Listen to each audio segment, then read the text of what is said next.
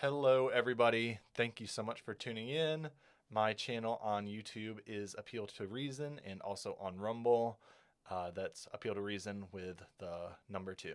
I hope to be posting a lot of videos and content for you over the next, hopefully, years. But I'm just getting started. This is going to be my first video. And so today I have been doing the heavy lifting for you, really took one for the team and have been watching the CNN town hall with Kamala Harris. And it is pretty painful to watch. I think the one uniting issue in American politics today is that whether you're Republican or Democrat, you are ready for Kamala Harris to just fade into obscurity for completely different reasons depending on your affiliation. So Republicans are tired of hearing her word salad, all the lies. Democrats are also tired of the word salad. They're tired of having a candidate that they did not vote for, any of them, and who was just kind of anointed and placed there in this position by the party elites and the big donors. And she's obviously proved herself to be pretty incompetent and pretty inarticulate speaker, which is why in the Democratic primary she dropped out with not a single delegate and was pulling out about 1%. So this is where we are right now. We're pretty close to her potentially being the next president of the United States. It's close to 50-50. It looks like Trump is most likely going to win if polling averages are true to what they have been historically, where he's underperforming in the polls to where he's actually going to come out in the actual election. It looks like he's going to win if they're any close to the historical norms. But so yeah, Kamala Harris was really spraying out the slop, and the CNN viewers, I'm sure, were just eating it up and loving it, and they're just like, more slop, please. But anyone else who is a free thinker probably didn't really enjoy this town hall. What this is, and a lot of people are saying Kamala Harris's performance was abysmal. She failed. The thing is right now, almost everyone has made up their mind. She knows she's not going to convince anybody else. She's given up on going towards the moderates. She's going for the people that are leaning towards her already, and getting out the vote. It's about, almost every state has early voting happening already. So right now it's just a get out the vote campaign. So what she has resorted to in the about first 15 minutes of this town hall, the only thing that she talked about was that Donald Trump is basically Hitler, is a fascist. She actually came out and said during this town hall that yes, she thinks Donald Trump is a fascist. She's a couple weeks ago, she was saying, "Oh, I'm sad that I'm glad that Donald Trump did not get assassinated. I'm glad that he's safe." But now she's going back to Donald Trump is a fascist.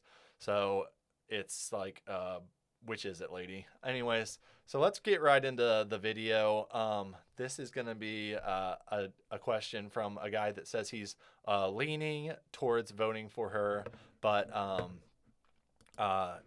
is still undecided.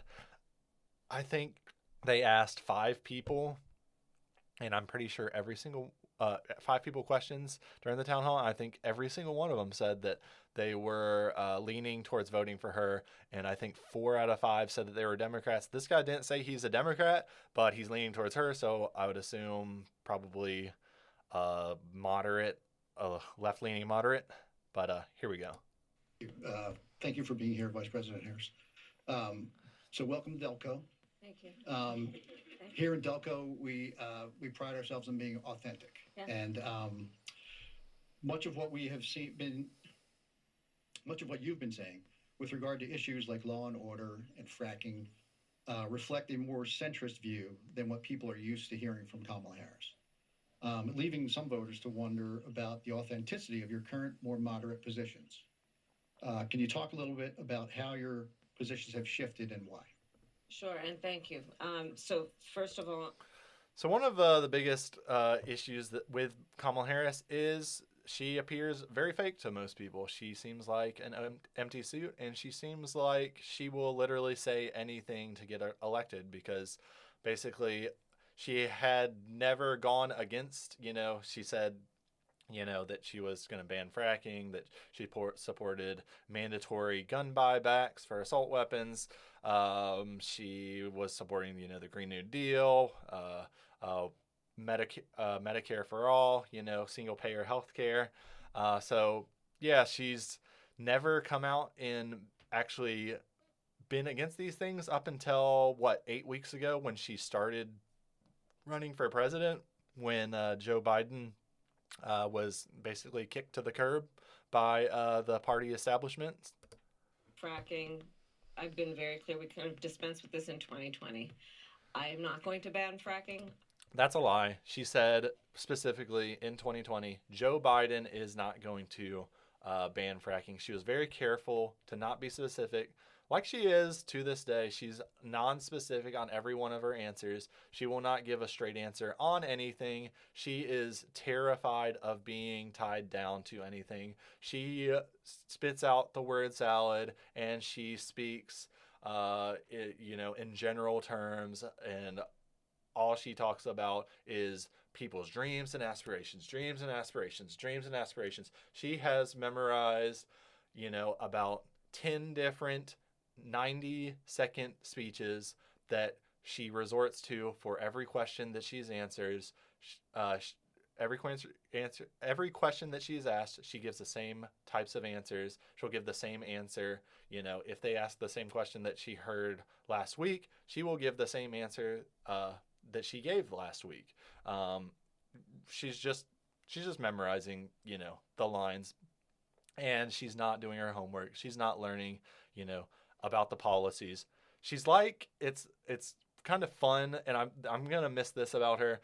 It's like you're in class and one of the kids gets called on to do a book report, and they clearly did not read the book, and they just stand up there and they just, ramble on about, she just rambles on about people's dreams and aspirations.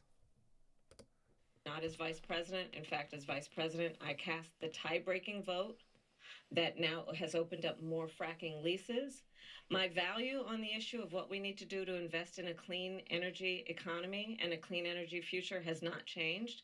But frankly, I now have the experience and perspective of having been vice president for almost 4 years. I've traveled the country. I know that we can invest in a clean energy economy and still not ban fracking and still work toward what we need to do to create more jobs and create U.S.-based jobs in a way that will be globally competitive. On the issue of law and order, as you mentioned, I think there's just a whole lot of misinformation, to be honest with you. This is not misinformation. What she's talking about is she's been pretty heavily criticized for, and you can go to her Twitter page to this day and you can see where she was fundraising for people in Minnesota who were rioting during the riots there, and were so one of the guys shot a cop during the protest with a BB gun, or was shooting cops with a BB gun. Other people that she raised money to bail out had started, were arsonists during the protests or during the riots, the mostly peaceful protests. So yeah, she has a pretty horrible record on Law and Order. She was also Attorney General of California, which probably has, is probably got the worst criminal justice system of any of the states. You basically can, steal $700-900 worth of stuff, and they just say, oh, no big deal, we're not going to lock you up for that, just make sure it's under the $700. So yeah, she doesn't have a good record on this, and people have noticed it, and now she's trying to pretend like it didn't happen. personally prosecuted. Very serious crime. It's how I started my career. I spent most of my career as a prosecutor, not in Washington, D.C. And as my first priority had and remains as a first priority to me, the safety of the American people. So that has not changed. And sadly, I think that there's a bit of misinformation, if not more than a bit. But I'm glad that you raised the subject so that I can address it. So she's saying it was misinformation. So if she's elected president, she's already talked about, it should be illegal to post misinformation online. So people that are saying that she has a weak record on law and order, I guess potentially under a Kamala Harris administration could potentially go to jail or be, have their First Amendment rights removed. If you don't mind, just let me just finish. Because I think the spirit of your question is really important, and I'm glad you raised it. Our country deserves to have a president of the United States who is not afraid of good ideas and does not stand on pride. If a perspective needs to be informed. Okay, so here we go again. Trump is Hitler, da da da da da. Basically what she's getting into there. All right, so I'm going to play another lady. There's another question here. She works as an education administration manager for the Pennsylvania Department of Corrections. Registered Democrat who says she's leaning towards supporting you, has yet to make her final decision. Tanisha, welcome. Thank you, Anderson. Thank you, Madam Vice President, for joining us this evening. I appreciate that you did acknowledge that we are a country that is faced with problems and issues. Thank you for saying that. So, yeah, that is stating the obvious. And does anyone believe that this lady wasn't already planning on voting for Kamala? The Supreme Court being plagued with issues. Would you be in favor of expanding the court to say 12, so each justice has only one circuit court other than Chief Justice to assist in making judgments more balanced? Well, to your point, there is no question that the American people increasingly are losing confidence in the Supreme Court.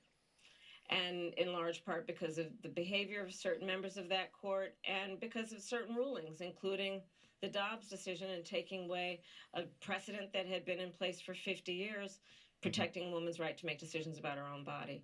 So, all right, so a couple of points here. So she's saying people are losing trust in the Supreme Court. It's, basically radical leftists that are losing faith in the Supreme Court because there is a conservative majority in the court, and they don't like that.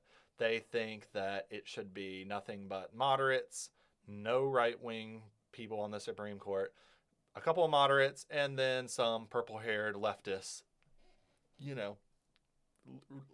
just, dictating what the rest of the country should do.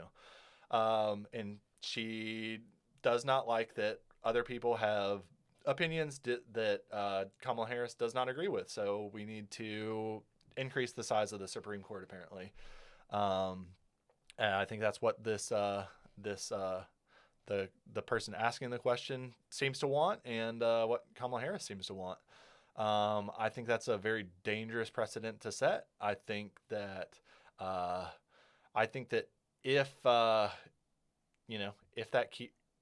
that happens, I think we're just going to see the Supreme Court eventually 100 years from now is going to have 100 justices, because it just gets bigger and bigger with every party that takes control of the government.